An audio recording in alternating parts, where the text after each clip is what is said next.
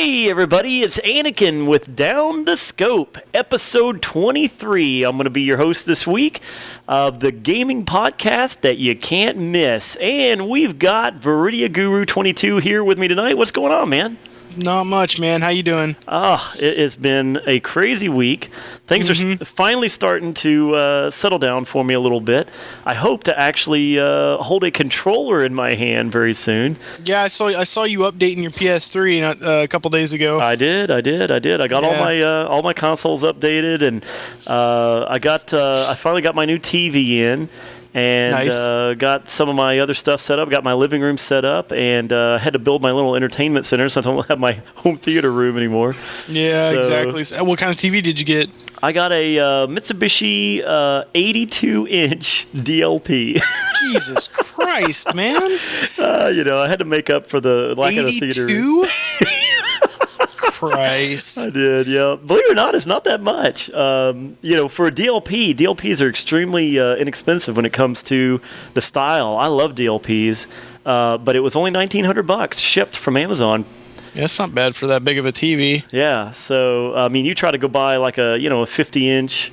Plasma LED, or LED, yeah. Shoot, you're gonna pay more than that. So it really is huge, but for the money, it's like just the best buy. You can't beat that. So I highly recommend it. I'll do a video one day of it. You guys can make fun of me. Yeah, I want to see you put one of your babies up to the sumbitch and let me see what it looks. See how big it is. Yeah, it is actually. I mean, let me tell you, it seriously is shockingly big. I mean, I was I was like, good God, Yeah, well, when you have a baby, you need to use the baby to compare stuff to it. I think that's an essential use of a baby. And I'll be using it. That is awesome. That is awesome. Oh shit! Well, let's not waste any time this week. I know that I don't want to waste any of your time because you're almost done. And, almost. I'm getting kind of tired of not gaming with you. Oh, I know. So I'm gonna let you get back to your crap. So what are we talking about this week? What do we got going? I know that I've been getting pretty. Getting quite a few messages about our topic tonight, at least one of them. Yeah, well, we've got a couple of interesting topics that are actually both political, which is very rare for us to get into that territory on here, But they actually do relate to everybody kind of out there in the YouTube world as well as the gamers. And, one of these is kind of a hot topic. And, if you guys aren't familiar with this, I do want to explain what we're talking about and then kind of do a little discussion. And this is not the only one. We've got another one after this. The first one we're going to talk about is the one that everybody's kind of up in arms over.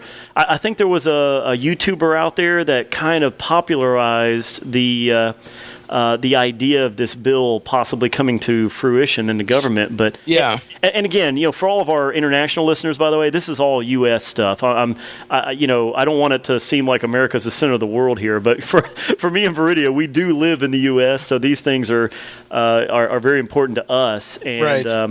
I do want to make sure that everybody understands that this is United States law here. So, but anyway, there's this bill that has been put in front of Congress, and the bill is basically about copyright infringement and really cracking down on it. And they want a major penalty, and to the point of where you would be put in jail if you had up to or at least 10 or more copyright infringements online. And they go out to we may read some of this to you so you guys really understand and hear it right here in the actual bill. But this is for the most part, if you actually took this at face value, which it sounds like maybe a couple of people out there really did, they read it and went, "Oh my God!"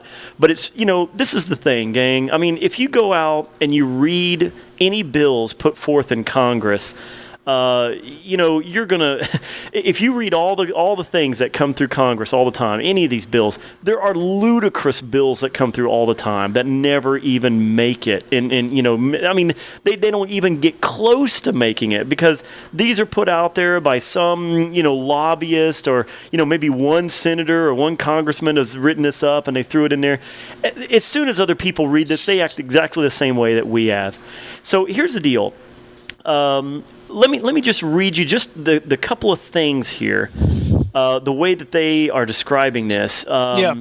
This is the criminal infringement of a copyright. This is how they basically describe the penalty. Basically, you can be put in jail. It says here, you shall be imprisoned not more than 5 years, and then fined in the amount set forth in this title, and or both.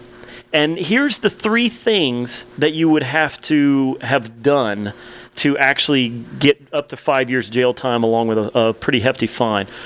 A is the offense consists of 10 or more public performances by electronic means during a 180-day period, or 1 or more copyrighted works.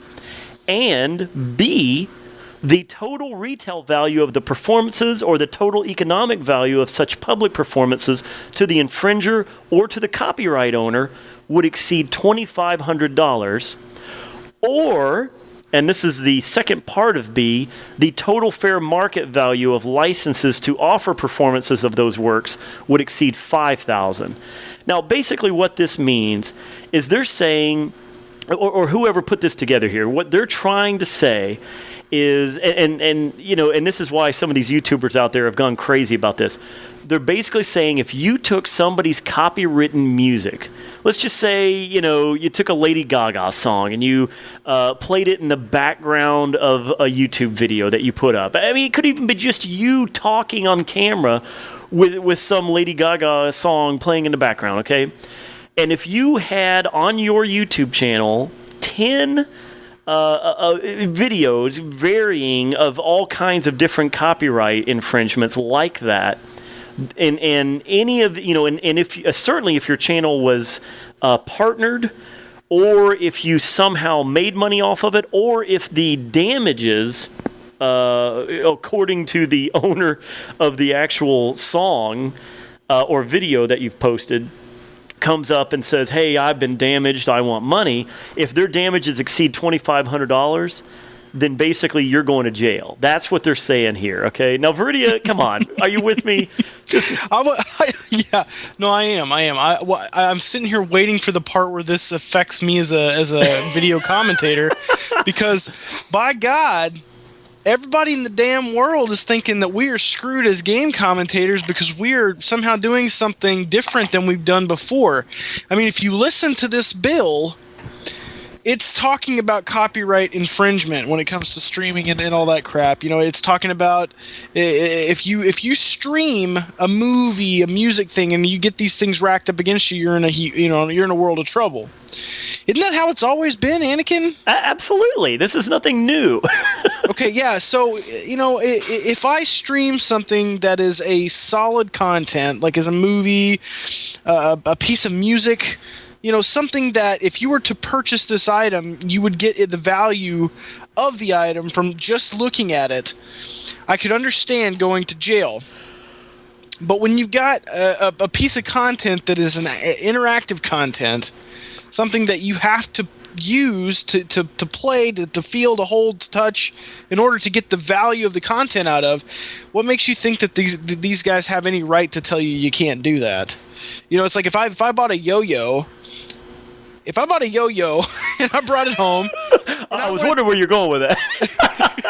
And I wanted to film myself playing with the yo-yo and put it on YouTube, you could watch me play with the yo-yo, you could see the yo-yo, you could see how it worked, but you're not going to feel how it feels to use it.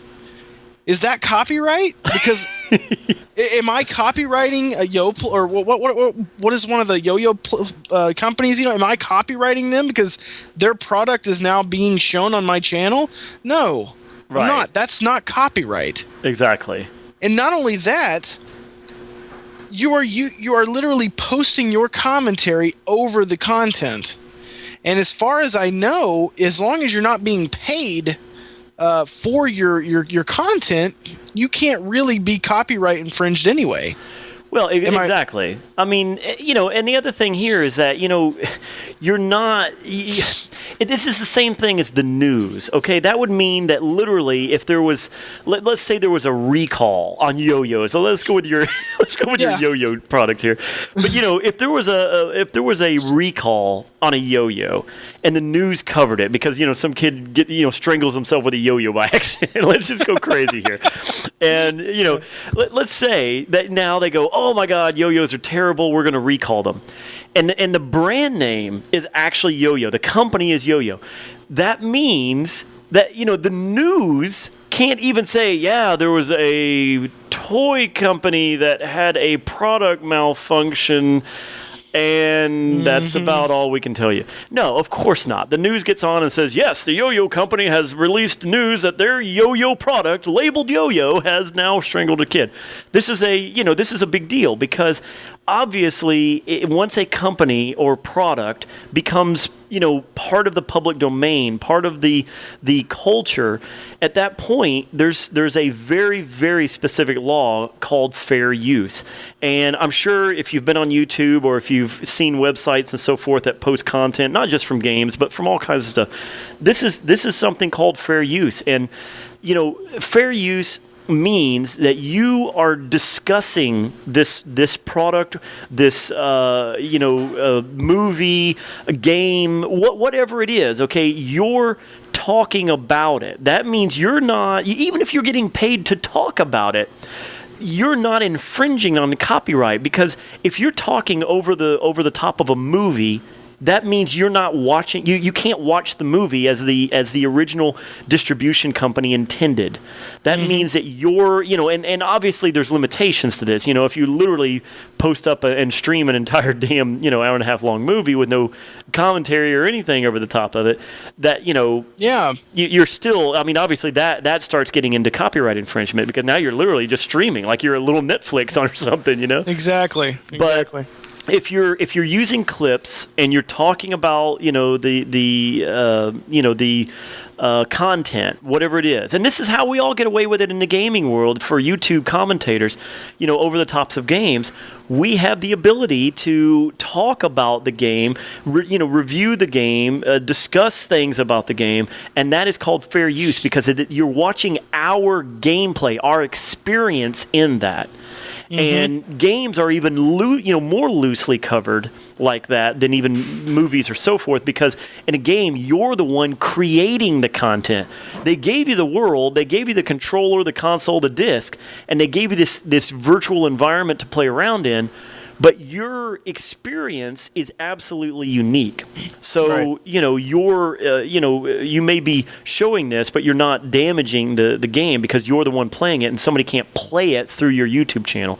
So it's a little different than music or movies. You've got to look at things like this, and you've got to say, okay, what is realistic to ban? Okay, I mean, movies and music, these are things that obviously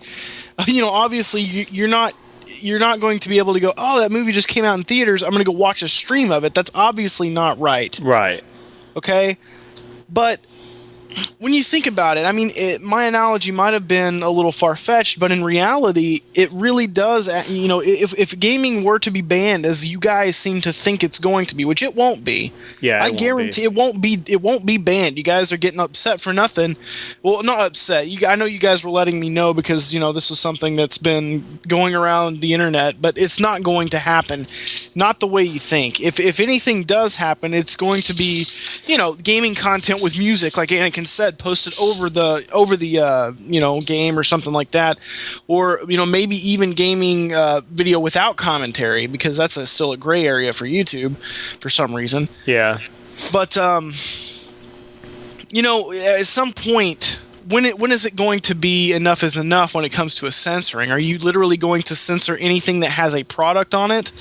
Anything that has something you purchased, or maybe, is the only thing on YouTube going to have to be your face? You're going to have to not a green screen for effect anymore. It's a green screen to block out all the products in your house, so that nobody can sue you and you can't get in trouble. It's true. That's a very good analogy. It's very possible that even if you're driving down the street in your car, and suddenly Chevy can claim, hey, you're driving a Chevy, and we didn't give you permission to do that. You can't post that video.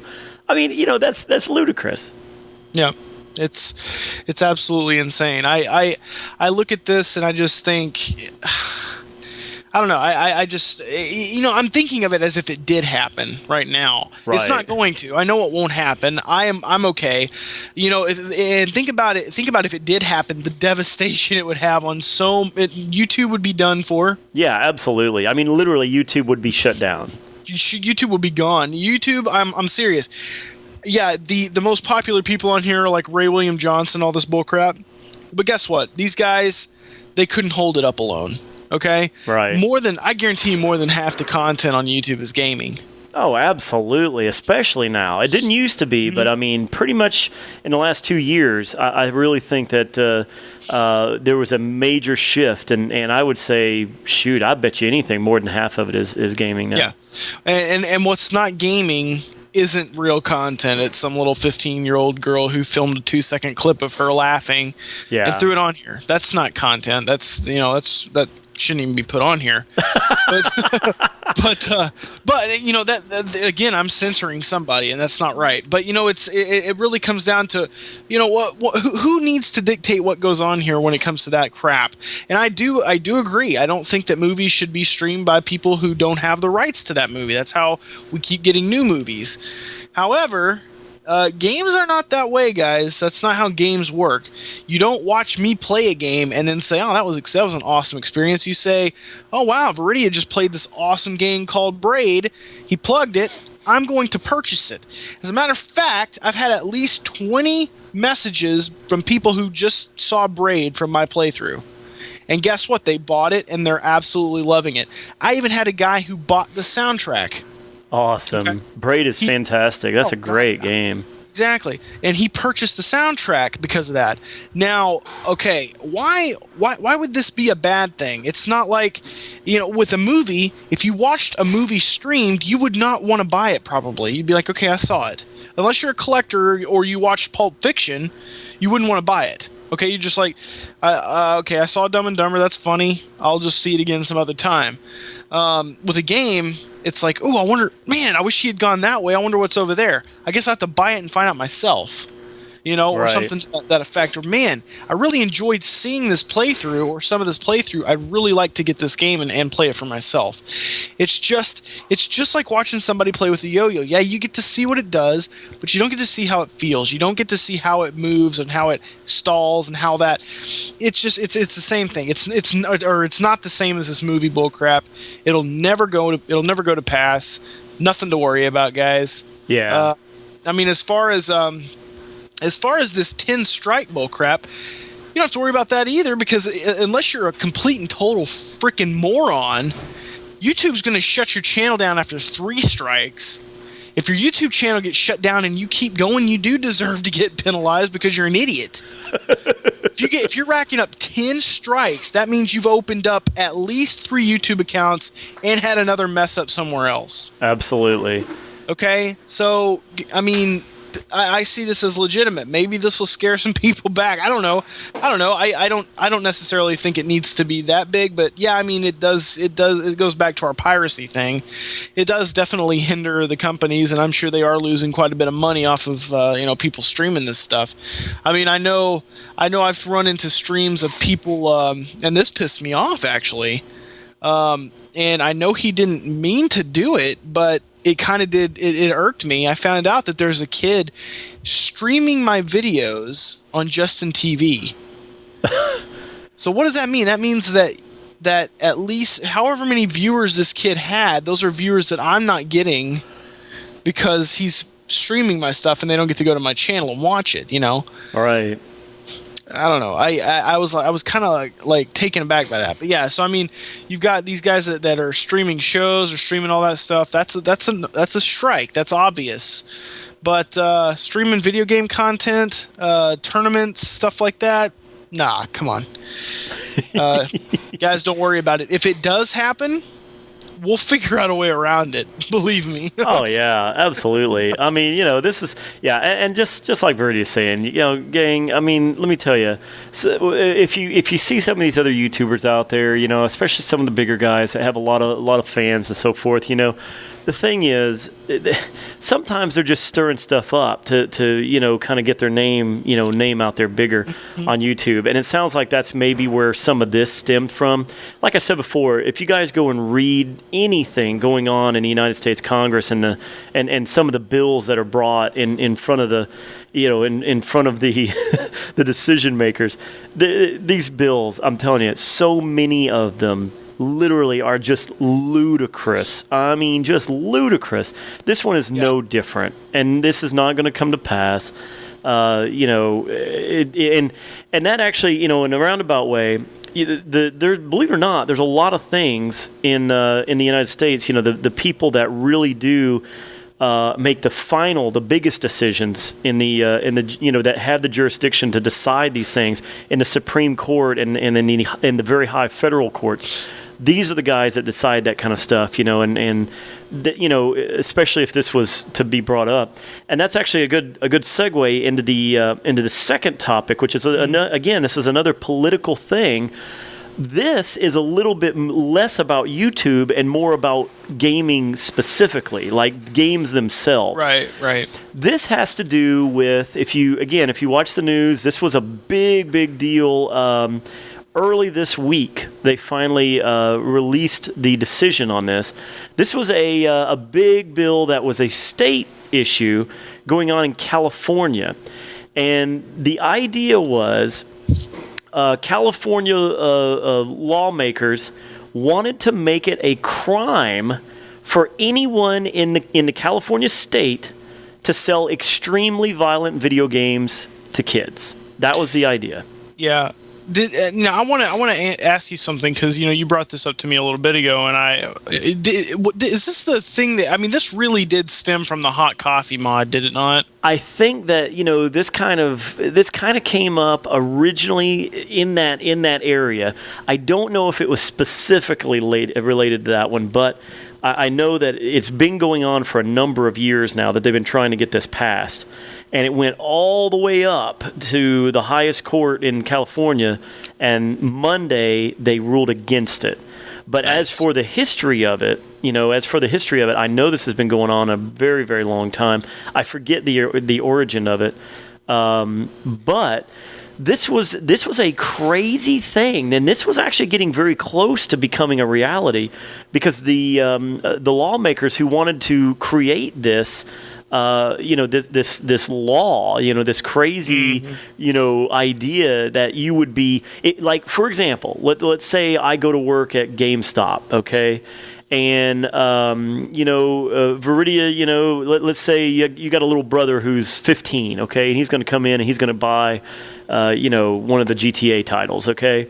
He comes in there and throws it on the counter, and I go, hey, man, all right, how's it going? Yeah, it's a cool game. Okay, $59.99, here you go. Here's your change. Take it easy.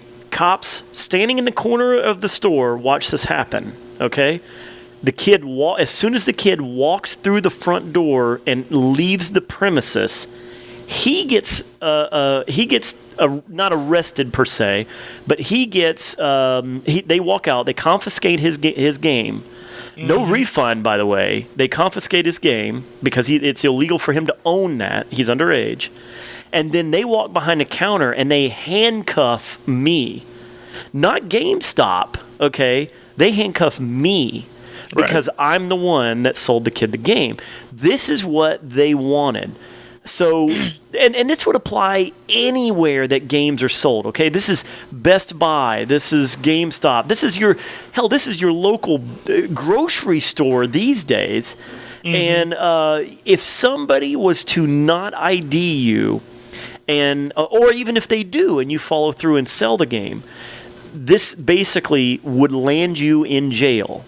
and then the individual who bought it does not get a refund. The game gets confiscated, and they have to go, before a judge and state why they did this. Because this is basically the same thing as somebody selling alcohol or you being in possession of drugs or something like that. That's the level that they wanted to bring violent video games up to. Well, it's all these idiotic, stupid parents that... I mean, I know you've seen them. These stupid mothers against, their children having fun bull crap. Right. And they're like, this we can't have our kids looking at this crap. It's like, just open the damn door. Every once in a while, give a damn about your kid, and you'll know what he's playing. That's right. Unless you're a complete and utter dumbass, which most of them are. My mom, okay, here's a true story about this crap. And this is how these bills came to pass. I'm pretty sure that, the heat of this was this hot coffee mod. They had a field day with this thing.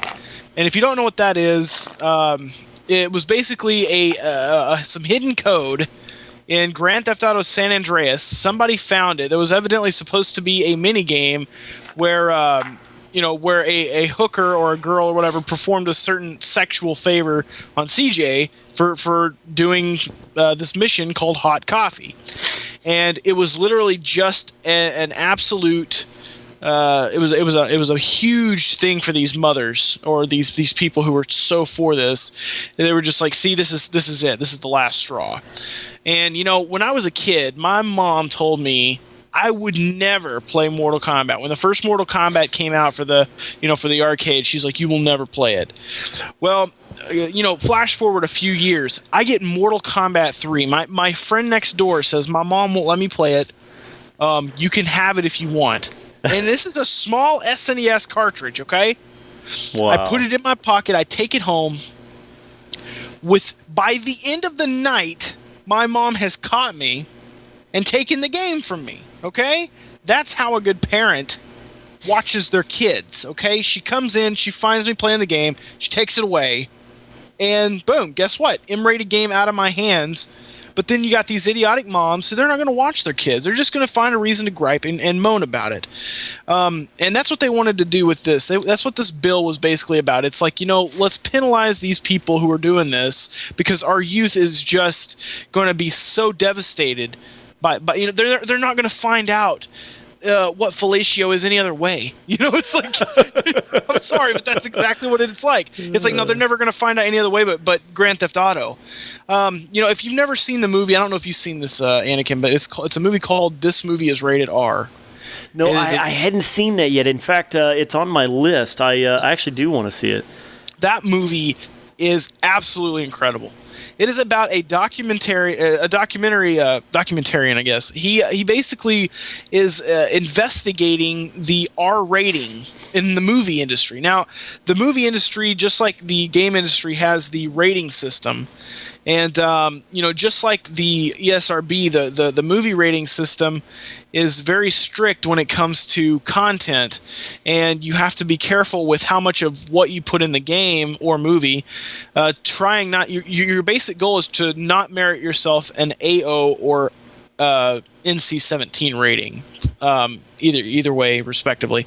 So if you have too much of one thing in it, so say I show 16 boobs in my movie, and the ratings board decides that that's too many boobs, they tell me about it in a document, and they say, as of this time, this movie is an NC-17 rating. I then have to go in and censor my original vision down to 4 boobs and 1 F word in order to make my movie a respectable R rating. Which, by the way, the reason you want to have an R rating or an M rating is because that is the highest level rating that can be sold in a retail environment. So if you have an AO, which stands for adult only, or NC-17, which is, I don't know what that stands for, I don't know. It's pretty much the exact same thing as R. It's just basically them saying, well, it's no child under 17 at all. Like, right. R means it's restricted to adults, but like you can bring kids in. NC-17 means adults supposedly aren't even allowed to bring kids in. Right. It's so bad that it merits itself. That it's almost along the lines of an X-rated movie. Right. that's as far, I guess, as it could get. I don't know. Anyway, so basically, the R-rated movie, this guy goes around and he basically talks to very famous directors of, actual Hollywood movies, and he gets an insight as to, their movies. So he looks at quite a few titles. I can't remember a lot of them off the top of my head. And then he talks to the director, and they tell you the original plan for the movie, and that this board has actually rated the movie NC-17, so they had to go in and cut stuff out. And this stuff is stupid. Okay? It is ridiculous. I mean, it would be a scene. I mean, when you're making a property like this, there should be no reason at all to have to limit yourself. It is so ridiculous. So you don't see any ratings on books. Why? I don't know. Why don't you see any ratings on books? No one reads anymore. I'm going to tell you right now, I walked into a dollar store, because I do read. I walked into a dollar store when I was like 13. I found a book. It was called Necessary Evil. One of these like $2 books, right? I was scarred after I read this book, okay? I was scarred. It was so sick. If this had been put on a movie screen, it wouldn't have even been picked up. It was that demented, and it was being sold in like a Dollar General, okay? Why don't books have ratings? I've always thought about that. It makes no sense to me. And, and then these movies are censored so bad that, it literally is... it's career suicide to make a movie that is over the R rating, because you may be saying, well, they're not censored, man. They can do it. They just get a bad rating. Yeah, but that rating means that they don't get any publicity. Name me an NC-17 movie you've seen even advertised on TV. I've only seen one in the past 13 years, and it was like, it was like, wait, why are they even advertising this? It looks horrible. It had Johnny Knoxville in it, and it was some stupid movie. I don't know. But, you never heard of it again. Right. And this is what it's about. So this guy goes around, basically by midway through this movie, he decides to not only try and find the board, because they are basically an elusive group of people, mothers and fathers of kids ranging from like 8 to 17, and they're chosen new like every year or something. And then these group of people go in, watch the movie, and then they rate it, and nobody knows their identity. So what this guy does, he hires a private investigator to find out who these people are. And then once he does, he decides to send his movie in and go through the rating process trying to get his movie, which he has been repeatedly showing the scenes that were cut out of all the other movies, to try and get that rated R. And they won't rate it. So what he does is he goes through the appeals process, and he just shows how stupid it is. And by the end, I'm pretty sure this is how it happens. They get rid of all of the original members, and they bring in a jury for his appeal. They won't give him any names or anything. They just give him numbers. So what he did was, since they wouldn't give him the name, they brought him in a black van. He basically he gets their names and he puts them up in the credits, just to spot them out, so you know who they are. He basically ruins their careers.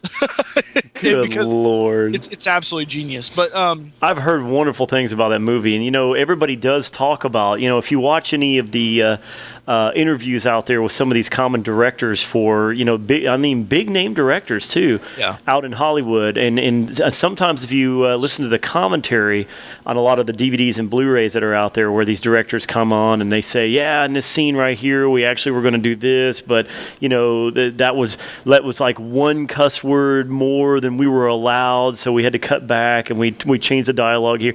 They actually talk about that kind of stuff, and they literally talk about just how arbitrary it seems to be, because like one movie they may get 2 or 3 F words through and still get a PG-13 rating.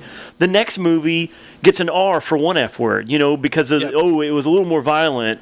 So we're going to say it's a little more violent, and 1 F word's going to push it to R. But this other movie is more of a comedy, but we're going to allow 3 F words through and make it a PG-13. And it's like, what? This makes no sense, Yep, that's exactly right. I mean, look at a movie, and I know we're getting on the movies here, but I mean it's the same thing really, but it's easier to relate it to gaming because I honestly can't tell you anything about the gaming ratings board. There's not a whole lot to look at when it's like on the quota. So it's like, wait, how many times can CJ say the F word? Right. Before it's considered an AO rating, because in gaming it's held to a different standard. I mean, they say the F word probably 9 or 10,000 times in Grand Theft Auto San Andreas, among others. Oh, think about Bulletstorm. Oh yeah, they did. Oh god, they cussed a lot in that too. The only thing I can see with gaming pushing it is actual nudity. But even today, nudity gets away in gaming quite a bit. When back in the day it was kind of like, oh my god, God of War, what have you done? Right. But now it's getting to that point where it's like, okay, it's okay for them to put it in there. I think. Well, look at The Witcher.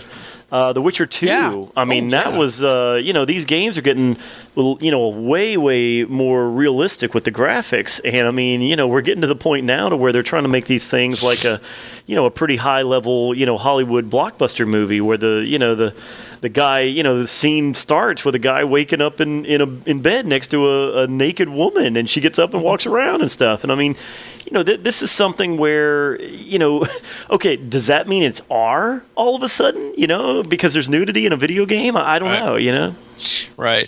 I do respect people sending, people basically censoring that for children. I wouldn't want my children playing that game. Sure. I wouldn't want them seeing that. That's obvious, But like you say, it's a suggestion, okay?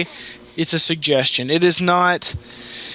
It is to protect. You don't want a 12-year-old kid going in and just buying a mature-rated game off the shelf. You don't want that, but don't freaking sit here and try and punish the crap out of the people for selling it by accident. I mean, I don't even see. You see a gas station, they sell a package of cigarettes to an underage kid. They get fined, or they lose their tobacco license or something. You're not getting sent to jail. Right. You know what I mean? And obviously, a pack of cigarettes is much more devastating to a child than a video game. Yeah. I have to say that.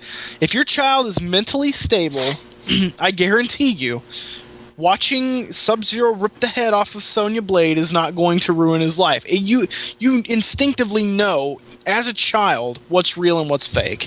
Right. You do. I mean, I did anyway. I didn't need my mom going, that's ketchup. That's ketchup. That's not real blood. I was like, I know it's ketchup. It's like, I'm not an idiot. I'm not an idiot, Mom. And that was when I was 5. And I just have to imagine that my own child, if he's like, Dad, I think I need to play. I want to play COD. And I'm like, I think he's intelligent. I think I am able to gauge if my son is smart enough to know that he's not playing real life, So, these parents who sit there and bitch and moan about it, shut the hell up. End of argument. I mean, honestly, there is no way one of these parents could come in and justify anything they say, because all I've got to say is, love your children and pay attention to what they're doing, and just shut the hell up and stop trying to blame anyone other than yourself. There you go. Don't blame anyone else. Absolutely. Because I mean, it's just poor. It's just poor. If I'm neglecting my son or my daughter long enough that they are doing things that I'm not aware of, and I'm being upset at what they're doing, I am not doing my job as a parent. I feel, or I would feel. So yeah.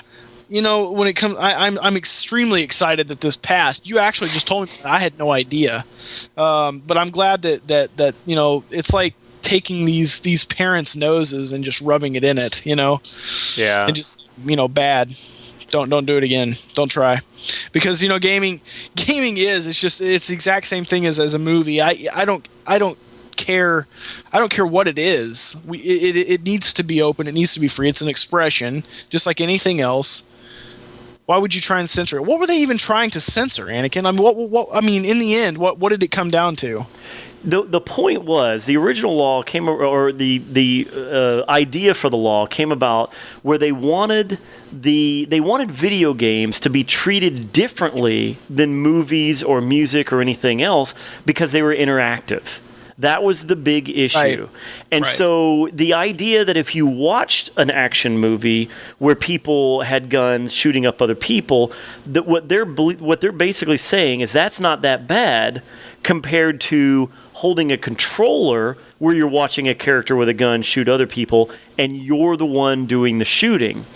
And that's where they wanted to differentiate between the games and the movies. And so the idea is that they wanted to basically, see right now, this is the other interesting part of this when we talk about movies versus video games. If you let a child into a movie, you know what? Let me ask the audience right now. This is something you guys think about this right now, okay? Do you or do you not know whether the answer to this question is yes or no? Okay, is it illegal?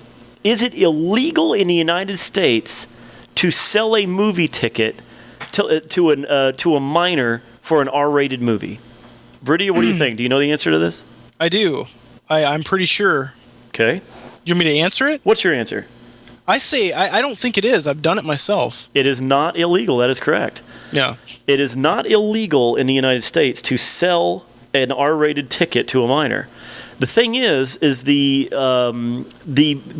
industry, the movie industry, and the cinema industry has their own rules and guidelines that they follow. That is not governed by any legal body in the United States. This is not a legal issue, and the difference is this is where. And this is why the reason they can't do that is because movies are protected under the First Amendment as free speech, and that's where video games have also fallen. The end result here is that video games, because it's created content and so forth, interactive or not, the ruling was video games are no different than music or movies. You can choose to be as obscene or over the top as you want. Because it's free speech, you can do whatever you want, and you can say whatever you want. And obviously, if it's, there are even, some, strange rules about even all that. Because if there's, extreme obscenities or things that are just in such poor taste, obviously you get penalized by retailers not carrying it or people, not producing it or whatever. But, the idea for this law came from the idea of children holding a controller and interacting with the, the idea of the violence or whatever. And the final ruling was video games are no different than movies or anything else. And since right now you can sell a explicit lyrics CD to a minor, you can sell an R-rated ticket to a movie to a minor, and these are not punishable in any form or fashion. Okay, the point, the idea is that if a theater did it, a number of times, obviously, they may get a visit from an officer or something, local sheriff or constable going, hey, listen, we've seen a number of these problems happening. You may need to kind of put a stop to this or whatever. But there is no legalities concerning that. So the difference is, they just tried to put games on a different platform, and that is not the case. So there is no issue with that right now. So right. That's the idea that came about from that. So I wanted to cover that. Yeah, that's great news. I mean, that's a huge win for the gaming world. I remember probably 5 years ago, back when this hot coffee bull crap hit. That is when this became a big deal. I mean, that is the one of the things that made this like in the spotlight, at least for me to remember it anyway. Yeah, I mean, you've had old games, but there are games. I mean, look at Leisure Suit Larry, and these games have sexual things in them, but it wasn't as popular as, guess what, Grand Theft Auto. So when Grand Theft Auto did it, it's like, oh, here's our chance. But you look at it, and you look back in the day. And they used to frown upon, couples sleeping in the same bed on TV. That's right. Okay. Yeah. Now look at it. There's like 15 penises in the new Hangover 2 movie. And, and I mean, there's trannies and all this crap. Think about if they had seen that back then, they would have died. They would have had a stroke. It's the same thing. It's the same thing here. Okay, they're griping because there was a God dang it.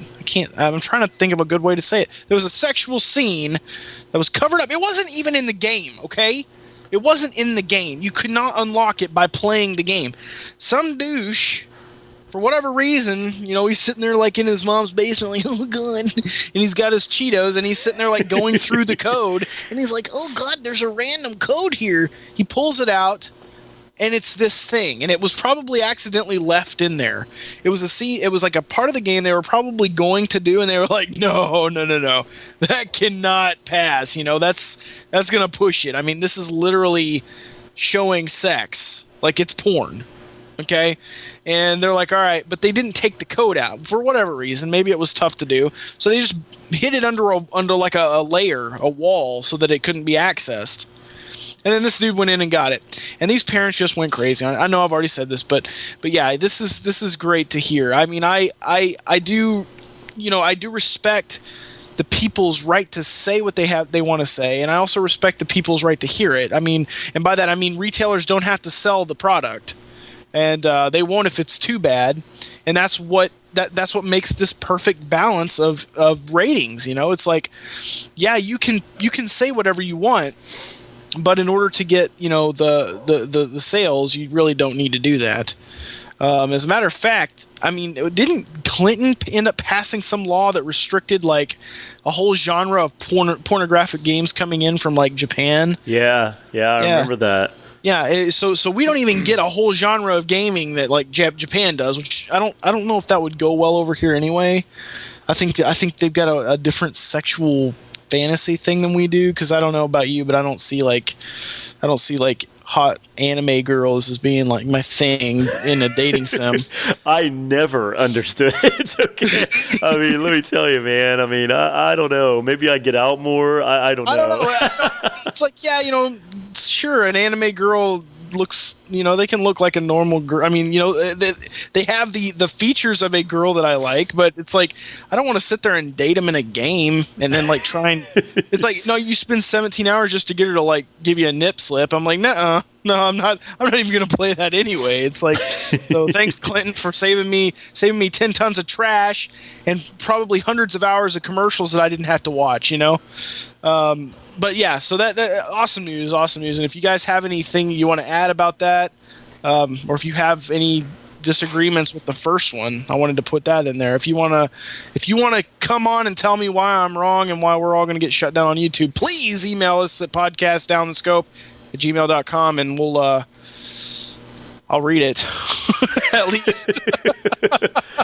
And by the way, that one of our emails, one of our most recent ones here, I do want to shout out to Squatch Beard, who I've played with many, many times. I think he's a big fan of my channel. I think he's been around for a while. I play with him on Xbox pretty often. He was one of the listeners who sent in the bill about the earlier topic that we talked about, as a possibility that we wouldn't be able to, view games on YouTube anymore and so forth. But he wrote it very, he said it seemed legit, but, it's also, pretty over the top. And, I totally agree, Squatch. Hey, thanks for writing in on that, by the way. Yes. And but that's the other thing here. I want to go ahead and we're going to move on to a new topic here. This actually is another listener mail that popped up, and I thought this was kind of an interesting topic. It's kind of tough for me to make my choice, but let me read you what we got here. This came from Johannes.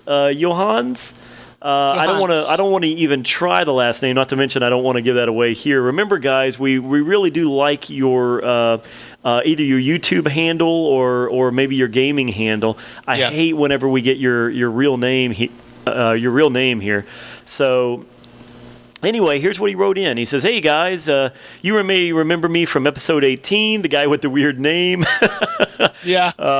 It's weird because I'm from Finland. Well, it may be weird to us over in America, but I'm sure it's perfectly normal over there. Yeah. He says, here's my question. I just finished Portal 2. All right. And I love the ending.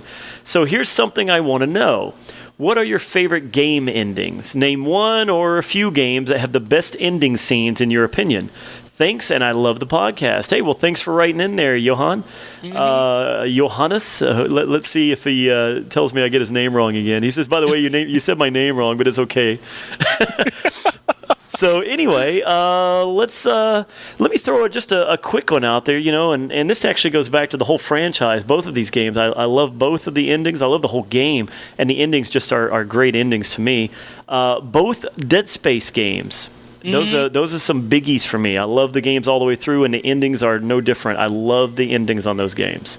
Yeah, they were good. I agree. That second one, or the first one, scared the crap out of me. Oh, yeah, me too. I mean, it was... there's not a game that can scare me like Dead Space. I mean, not even...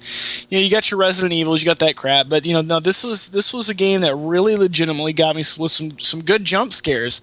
And it wasn't just the audio being 10 times louder than the rest of the audio in the game. It was actually, legitimate fear. I see something scurry in the corner and it scares me. That's a legitimate scare. So yeah, I totally agree with you on that one. Well, what about? I got a few more, that I actually really enjoyed. Speaking of jumping out of your seats and some scary, some scary overall games. The very first Fear. Had a fantastic ending. That was one of those that was really a Hollywood A-class ending on Fear. I loved the ending of that. That was good stuff. That was good. If you haven't seen that, yeah, man, I don't. We're sitting here talking about the endings, but we can't talk about the endings. I know. That sucks. So if you want to see the endings, go in and jump on YouTube and check them out. That way we don't have to post a spoiler warning or something. I have some cliche, obviously good endings, but I do want to talk about some of the more obscure endings to games that I really enjoyed. And the first one that jumps into my mind, honestly, is I latched these two together just because they're both downloadable content games, and the first one was Braid, which I'm doing a playthrough of right now. Braid is great, yeah. That ending was absolutely, it just sent chills up my spine. Phenomenal, isn't it? Yeah, and you really have to investigate the story. It's one of those games. It's not going to tell you what the hell's going on. By the end of the game, most likely you're going to be scratching your head, going, "What the hell is going on?" It's like, you've got the writing in the books, you got the gameplay, and you're trying to figure out what's going on, and it's so confusing. But once you kind of get a handle on it, it's one of those things where you're supposed to make your own assumption about certain things. Right. There's nothing fully spelled out for you. The other one that I wanted to talk about that was a DLC is the game that came out. I think it was in October or maybe earlier. Yeah, it was earlier than that. But it's called Limbo. Oh, that's another one. Yeah, actually a very similar vibe like Braid. It does have an interesting puzzle mechanic to it. Yep. The interesting thing about this is it's one of my favorite endings because it again gives you nothing to go on. Now, in Braid you've got your storybook, you've got your dialogue. But in Limbo there's literally one thing of dialogue. At the very beginning it just says Limbo. There's no speaking or anything. You don't know where the boy's at. You don't know why you're going through the game. And you don't know why the end happens. But it does. And you literally get to make your own ending. That's the best thing in the world. It's like this game ended the way I wanted it to end because I made the ending myself. Right. You literally are left wondering what the heck is happening. Nothing's told to you. There's no secret ending or anything like that.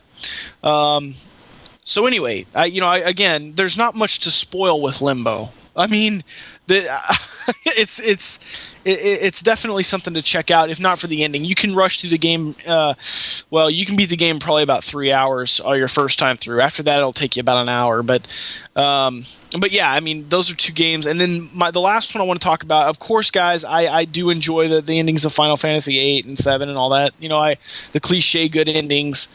But another one that a lot of people skip over that I really wanted to mention as my favorite, I really loved the ending of Shadow of the Colossus. Oh, yeah, absolutely. Now, for any of you guys that are fans of the, I can't even remember the team. Team Eco, is that what they are? Yeah, I think Team Eco, yeah. These guys created the game Eco back, God, like 2002 or 2003 or something for the PS2. Maybe it was earlier. And it was a very unique game. It's one of those games that people still talk about today. And and basically it just revolutionized for graphic wise. This is why I'm so excited about them re-releasing these on the PS3, because the graphics, even for the PS2, are some of those graphics where you go back and play it and you're like, damn, this is good even today. It's some of those graphics that don't really get dated because of how interesting they were. It's not really they weren't going for ultra realism, they were going for ultra what am I trying to say? They were going for a very ultra unique style rather than ultra realistic, and they got that. Well, the sequel, or the next game that Team Ico put out, was Shadow of the Colossus, and there's literally probably only 15 lines of dialogue muttered, and it's all in a different language, so you can't understand what they're saying. But the whole quest of this game has a very grand scope to it, because you really honestly do get put into this situation where you feel like you're the hero.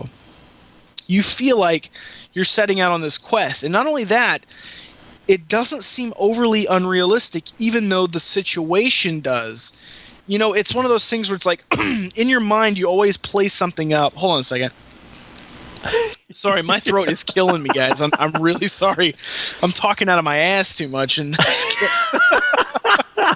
but no. So you get when you're going to do something. Say you're going to a party, and in your mind you're amping this party up. You're just like, oh, this is awesome. This is gonna be great. Blah blah blah.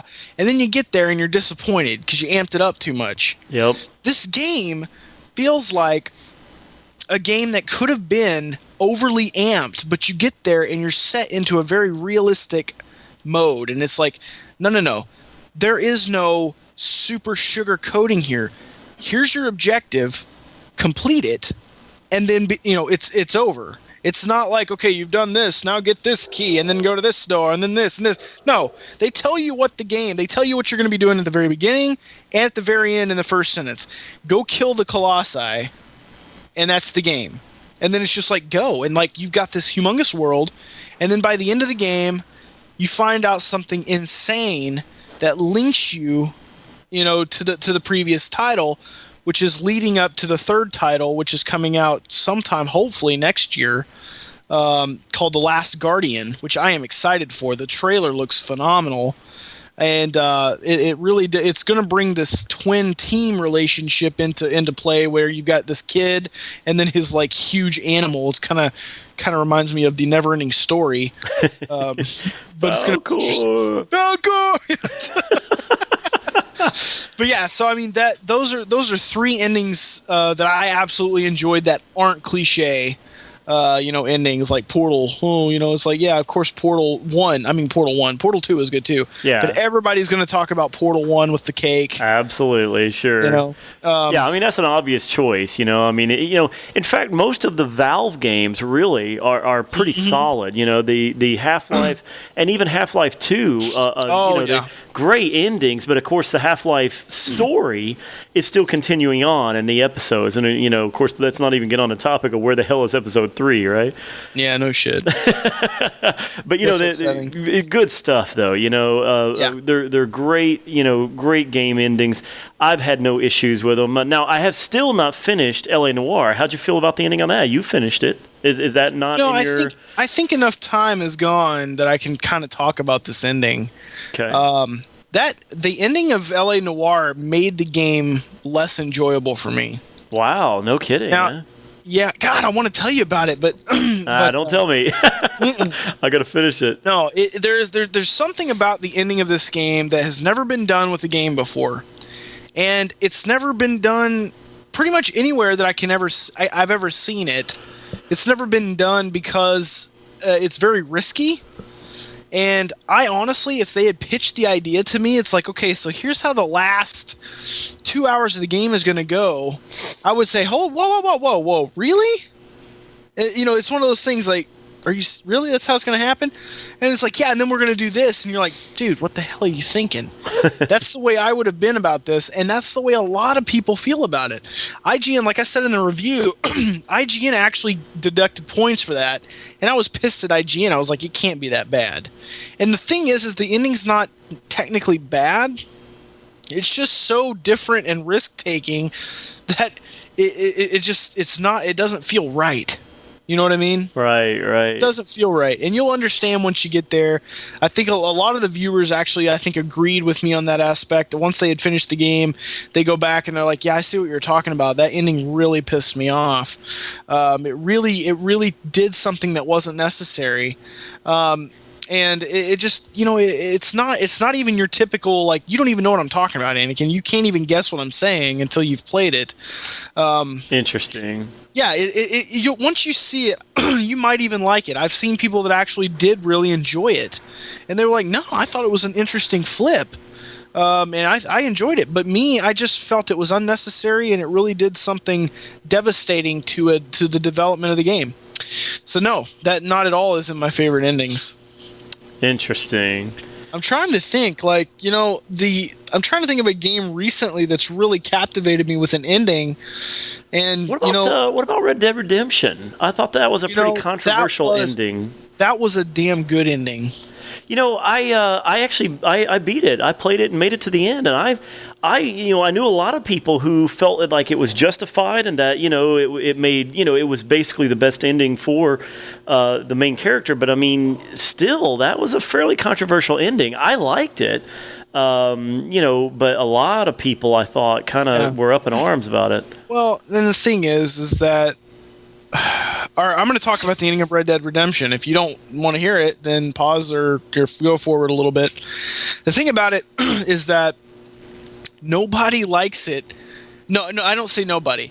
A lot of people have a hard time letting go of a character that is so well developed like that. Right. Okay? And the thing is that it doesn't make it. It actually, in my opinion, can make a game better. And in this case, it really did. I thought it was absolutely phenomenal how the story, not just the ending, but how it continued after the fact. How the characters treated you as if that time had passed, and that you were his son, right? Rather than him. They even addressed you as that in all the side missions. And do you think of all the time that was put into that? Yeah, they literally recorded every side mission dialogue twice because they had to have them saying, "Hey, John, welcome back. I remember blah, blah, blah. You were supposed to do this for me and you never did. You going to get that done?" Or then they had to go, "Hey, you look like this John guy I knew. Blah, blah, blah. You're going to get this done for me." Not only that, I mean, how badass was it that he went out that way? I know. He's like, screw it. I'm gonna fight him. That's right. Not only that, you really honestly got to try. And that first time you hit the Deadeye, and you're like, and you're like, oh, I'm going to take them all out. And then you're like, oh, wait a minute. I only got 6 shots. There's like 50 of them. What? Wait. Yeah. It's like you really felt that hopelessness, like, oh, crap, I can't do this. That's right. It's the same thing he would have felt in that situation. Absolutely. So, yeah, I loved it. I thought it was absolutely brilliant. Guys, not everything's a happy ending, especially in the West. Yeah, absolutely. I mean, some of my favorite movies and some of my favorite games. There's very, very few games, and really, there's not that many movies either. It's the ones with tragic endings. Oh, I remember when I watched The Mist, the movie The Mist. God. Oh my God! I watched that. Oh my God! That movie. I wasn't all about it until that ending. Let me tell you, man, I watched that movie by myself in the middle of the night. My wife was out of town. I didn't have kids yet, of course, and I watched it, and all my friends were busy or whatever, and I was just sitting around, and I was like, let me turn all the lights down in the theater room. Let me find a movie here. And I picked that up on a sale or something at Best Buy, and I threw it in, and I was just like, all right, let's see what this is all about. I kind of like these weird character, studies and all that, where people, fight against aliens. Let's see what this is all about. by the ending, I was like, oh my God, And that the sucks. world is horrible. It sucks that your wife was out of town, because that's the first thing I did after I saw that was I was like, I love you. Exactly. And I was just like, I mean, that was amazing.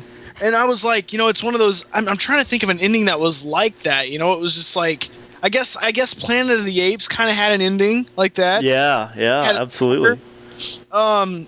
And there's not many movies like that, and that is probably the biggest risk, because that was absolutely terrible. Yeah, absolutely. Just watch it. It's probably on Netflix by now. Oh yeah, guys, if you have not seen that movie, oh man, Watch it. it's If nothing else, if you're like getting bored, which you won't, it's actually pretty good. But if you're getting bored through the movie, just wait for that ending. It's just like the ending is going to be definitely worth it. Absolutely. Just you can say that was either messed up or whatever. But yeah, you're right. I'm glad you remembered that one, because that was. Yeah, that movie affected me, man. But I mean, I know it's not on the same level by a long shot, but Red Dead Redemption is it gives you a very similar feeling at the end of that game that you got from the end of The Mist, the movie. Oh man, at the end of the movie really just sucker punches you so hard. I mean, it's like you're just down on the ground, after you see that movie. It's just you feel like the world is a horrible place. Oh God, yeah. And at the end of Red Dead Redemption, it's not necessarily you feel that you feel that bad, but you feel that bad for John Marston. That's you just feel this hopelessness that he's gone through all of this to meet that end, and to just go, there's a different kind of hopelessness when he sees all those guys than there is in The Mist. The Mist is just this. Oh God, this just complete absence of humanity and hope and everything. And they're not on the same level, okay? But I mean, that's the kind of feeling that I got from Red Dead, and I love the ending. I thought it was very, very cool. So, yeah, I'm having a hard time, thinking of endings that are akin to those, because those were some definitely some epic endings there. I really wish I could think of some. Maybe if we think of more, we can come back at it. You know what? Another ending that was kind of like that was Far Cry 2. If you ever beat that game, if you didn't, I never beat that one. How's that one actually end? So basically, yeah. Spoiler alert again. I'm going to ruin Far Cry 2 for you. So basically, the game is about you're hunting the Jackal, because he's the guy supplying both sides of this civil war in Africa with weapons. He's the one supplying the war. So you're sent in as a mercenary to get rid of him to stop the war. Well, along the way, you basically find out that the Jackal is actually supplying these people because he's trying to fight them both to death, to get rid of them so that the villagers, the normal people, can live a decent life and don't have to be in this crap anymore. Well, at the end of the game, you're given a choice. So basically, you find the Jackal for the last time, and he says, okay, I'm standing here in the middle of the canyon. He's like, this road is the only way out of this dump. It's the only way out. There's this way, and then the other way is like just infinite miles of Sahara Desert. Or wherever they were at. Serengeti, I don't know, some desert. It's just forever. Okay? And he's like, so here's the deal. He's like, you can either go up on top of the hill. He's like, I've lined the top of the mountain with explosives. You can blow the mountain up, and it's all done. He's like, unfortunately, there's no way back down. It's going to blow the whole mountain up, so you're going to die. He's like, or you can deliver this briefcase to the ambassador standing outside the gate. He's like, unfortunately, you are part of the people that are in this war, and you're going to be killed for it, or you're going to be persecuted or something like that in the end. He's like, so inside of that, briefcase full of diamonds is a pistol. So your only other option is to give the diamonds to the ambassador, pull the pistol out, and off yourself. So either way, you're going to die. You just have to choose which way to die. So it was I thought that was pretty cool, because it's like you really don't have a choice. It's like the Jackal's like, this is it, man. You and I are the only ones going to be left in this war. We've killed off all the political guys, all the people of power. you and I are the only ones left, and not even we can survive because there can be no hint of us left in this place. So he gives you the choice of how you're going to kill yourself, and you complete the last mission knowing your fate. You know, Wow. you have that little thing like, well, maybe he'll survive. No, he doesn't. That's it. You've just played 30, 40 hours of like just straight hardcore gameplay, and boom, your character, you know you're going to die in that last mission. It's one of those games that, you know, most of the time with a game or an ending, you're always sitting there thinking, what's going to happen?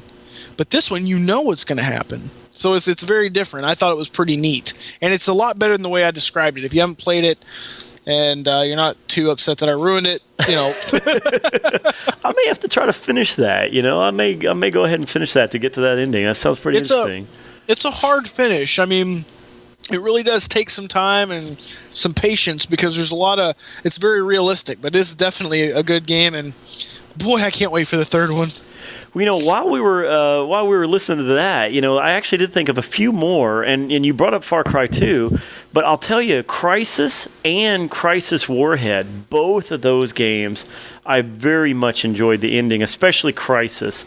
See, I never played the original. Oh, man, it's a great ending. It's a very, very solid ending. And, you know, that one's highly recommended. And even Crysis Warhead, the kind of the little offshoot game, you know, that was what do they call that? God, there's a name for it. Extension, an add-on. It's an add-on, but yeah, what did you call it? An extension? Yeah, it's like an add-on, but you don't need the original game. And there's a name for it. I forget. It's more PC oriented than console, really. But it's very, very cool. I thought the first Crysis had a fantastic ending. But you know, another game. There's two others that I thought about, and this is going back. In fact, going back probably a ways that most of the listeners here probably won't know either of these games actually. The more recent game is Homeworld 2. Homeworld and Homeworld 2 are RTS games on the PC. And let me tell you, those games, you know, you think an RTS game, it's very difficult to tell a story. But let me tell you, I seriously, right now, if somebody optioned the movie rights for Homeworld or Homeworld 2, I would go buy movie tickets before it came out. I don't care how bad it looked. I would go watch it. Homeworld, huh? Homeworld is a phenomenal game. It was a 3D space real-time strategy, and man, it's good. I'm telling you, the narrator is so good, and the dialogue between the game. You know, the thing is about Homeworld, the entire franchise, it takes itself so seriously. And this is not, you know, this is not a tongue-in-cheek, like, hey, we know we're a video game, we're a little silly here. Whatever. No, this is a game that there's hardly any cliches involved at all. The names all are very well thought out. Planets, races, you know, all that. It's very, very, very serious and very well done. And the ending is just, oh, man, there's some great moments throughout the whole game, but the endings of both of them are great. Homeworld 2, I particularly remember the ending of that being extremely good. But the farther back I go, there was one other game that really had a pretty solid ending, especially for the time, and that was Wing Commander 3. Wing Commander 3 was the first game that really had a massive budget. It was actually filmed like a Hollywood movie. Mark Hamill, who played Luke Skywalker in the original Star Wars trilogy, played the lead role. And this was all full motion video on CD-ROM. And all the cutscenes were filmed with like high-end CG, guys in suits. The Kilrathi were the aliens, and the Kilrathi were extremely well done for the time. This is mid to late 90s, I guess, probably mid 90s. And very, very, very high production values. I mean, just great stuff. And obviously these days you couldn't hardly go back to play something that old. I mean, we're talking, you know, we're going back 16 years. Okay, you know, probably if you're used to games that are modern these days, you're not going to go and play something like that. But the game was done so much in a Hollywood blockbuster style movie format, that the whole storyline and the ending and everything was just great stuff. So yeah, highly recommend that if you ever get a chance to go back and check that one out. Good stuff. In fact, I think you can watch a lot of the cutscenes on YouTube if you go look for it. Yeah. Good stuff. Well, I've never heard of RTS games with good endings. I mean, I don't play any RTS games. I've never beaten an RTS game. Yeah, Homeworld was one of the few that I did. So that's awesome. I'll have to check that out. But before we go, I just thought of 2 games that had excellent endings that I had to mention. And they literally are 2 of my favorite endings in a game, and that's Assassin's Creed 1 and 2. Now, Assassin's Creed 1, I have not beat the second one, but the first one was great, man. I love the ending. No, see, the second one, it literally trumped the first one. Wow. It's like one of those, how are they going to do it? And then they do it, and you're like, God dang it. It was absolutely amazing. And that's why I was not in the least upset when I heard that Brotherhood was going to be an extension of 2. Yeah. It's like, you know what? I'm okay with that. And then Brotherhood came and they did. I mean, that's why, if Assassins, if Ubisoft can keep pumping these out every year and making them better and better every time, I'm okay with that. It's like, I don't mind buying one every year if they can keep up the story. I'll tell you what's crazy too is whenever that franchise kind of showed up and it was Assassin's Creed and I played it, and I was like, all right, it's kind of a one-trick pony, not much to it. You go around, you run around, you perform the little missions, and you get to the next area. You get to Damascus. Okay, great, I'm in Damascus. Now I got to go do some missions again, and then I leave there and I go, wherever. And I was like, okay, it's not bad. It's not it's not completely refined, but it's pretty good. But it's not, amazing. And I just had, I'm telling you, I would have bet $1 million that was a one-off game. I never would have thought that there would have been enough people interested in it to see, the franchise grow like it did, much less, sequels or whatever. I mean, it was just crazy. So, that whole franchise has surprised the heck out of me. It's pretty amazing that they've turned it into something that big. Well, they did the right thing. They listened to their the people playing their damn game. Yeah. They said, oh wow, okay, they didn't like this, they didn't like that. They fixed everything. Okay? It was like literally the only game that in the past forever has actually addressed every single problem with the first one. Right. And said, it's not there anymore. You guys didn't like it? There you go. And that's why this franchise has succeeded. It's because, in the first game, the problems were, there was some repetitiveness and but that's the thing. With me, I didn't even notice it. I loved it so much that I could have sat there and done those missions all day because every time I felt like an assassin. I felt like a badass. But yeah, I could see after a while it got kind of old. But in the second, they just fixed it. They're like, okay, you're tired of repetitiveness? Well, now you got a ton of missions to do. And, and then with Brotherhood, they took that and went, 2.5. As far as I'm concerned, they added enough to make that an Assassin's Creed 3-like game, Right. They added so many more mechanics. They added more assassins that you could hire. They put a whole RPG game inside of that game, and it was good. So anyway, so Assassin's Creed 1 and 2, those are 2 really good endings too. So man, that was one hell of an answer to your email. And by the way, there was what was it Super Metroid where we find out? No, it was the original Metroid. Was it the original? Yeah, God. It was the original NES Metroid.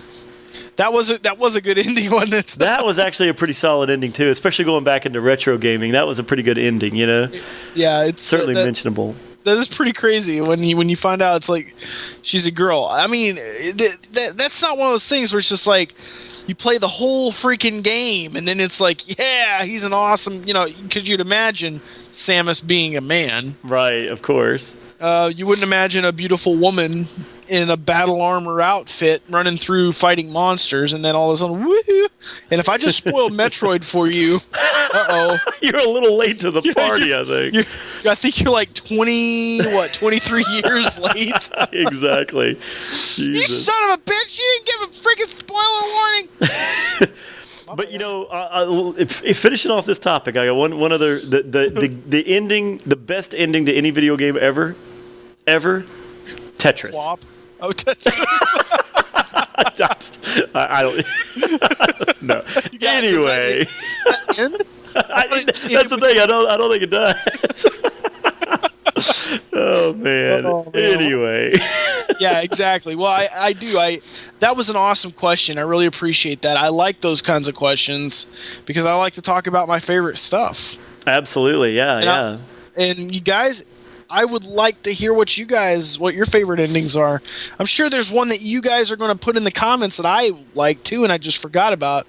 Oh, I'm sure. Yeah, me too. I mean, it's when we get these questions, we don't always talk about these things ahead of time. We like to. No. The best thing is for you guys to hear us talking about this stuff live. We don't want to, try to prep ourselves and have these pre-recorded answers. So sometimes we don't actually get to think about all this ahead of time. So it is very difficult for us to, sometimes remember everything. Remember for me, 37 years of gaming here. It's very difficult for me to remember all that. So, I'm sure as you guys respond in the comments about your favorite game endings and so forth, I certainly want to read them. And sure enough, I'm sure there's going to be a bunch of those forehead slapping moments where I'm like, oh my God, yes, that's a good one too. Exactly. And we're going to want to start the podcast up and just talk about it. Exactly. Man. Yeah, good stuff though. I love the questions, and as always, like Veridia mentioned earlier, send us all of your wonderful, intriguing questions to podcastdownthescope@gmail.com.